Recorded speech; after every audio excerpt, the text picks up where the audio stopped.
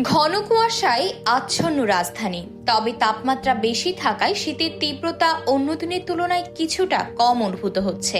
রোববার ভোর থেকেই তীব্র কুয়াশায় ছেয়ে যায় পুরো শহর। সড়কে যানবাহনগুলোকে হেডলাইট জ্বালিয়ে চলাচল করতে দেখা গেছে। সকাল 9টা পর্যন্তও দেখা মেলেনি সূর্যের। গত কয়েকদিনে দেশের রংপুর বিভাগ ছাড়া অন্যান্য স্থানে দিন ও রাতের তাপমাত্রা বেড়েছে। এতে করে শীতের অনুভূতিও অনেকটাই কমে গেছে। রাজধানী ঢাকায় বেড়েছে দিন ও রাতের তাপমাত্রা।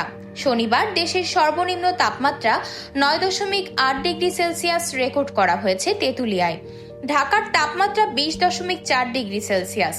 আবহাওয়া অফিস জানিয়েছে, সারা দেশে কোথাও কোথাও ঘন কুয়াশা দুপুর পর্যন্ত অব্যাহত থাকতে পারে।